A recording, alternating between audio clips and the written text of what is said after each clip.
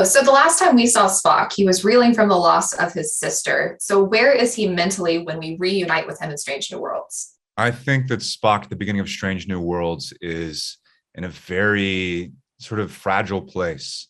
He's just had this huge trauma in his life, this sort of unraveling that's occurred with his contact with the Red Angel, with the loss of his sister to time, and really nobody that he's allowed to speak with it about. I suppose there are a select few that are around him, but there's so much that he has to attend to day to day. I don't think that he can dedicate much of his energy to consideration of that part of his life. So I think he's uncertain. I think he's seeking of himself and of the right perspective in the universe. He's betwixt these two worlds, right? He's born and raised on Vulcan, but is also half human. And these are in such conflict with each other, which is what I hope and think makes him such a compelling character.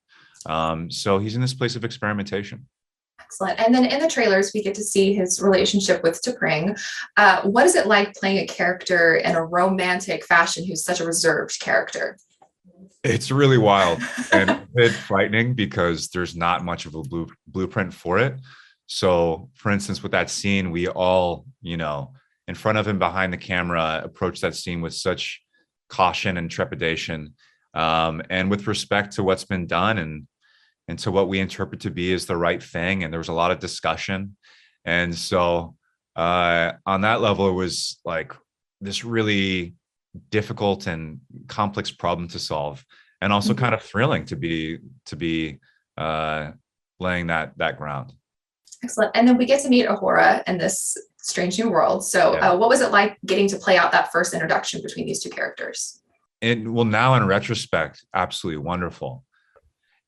In the moment, I really try not to think too much about how things will be perceived. So I do as much to be in the center and in the perspective of this character who's just having an experience.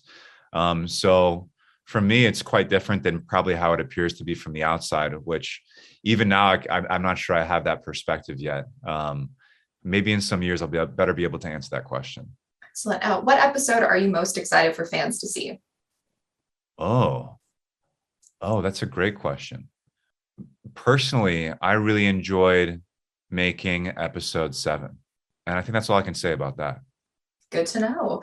And then for a fun question, if you could switch roles with any other character in Strange New Worlds, who would it be and why? Oh, really interesting question. I spent so much time with Christina Chong and her sort of development of her character La'an. And that character has such a rich emotional history that maybe I would switch places with her, because it just seemed like so fun and so challenging to sort of uncover and explore that character. That's an excellent answer. And that is such a great character. I mean, so many of these characters are fascinating. She's got a rich history. Yeah. Excellent. Well, that was all the questions I had for you. And it looks like we are at the end. All right, cool. Thanks so much.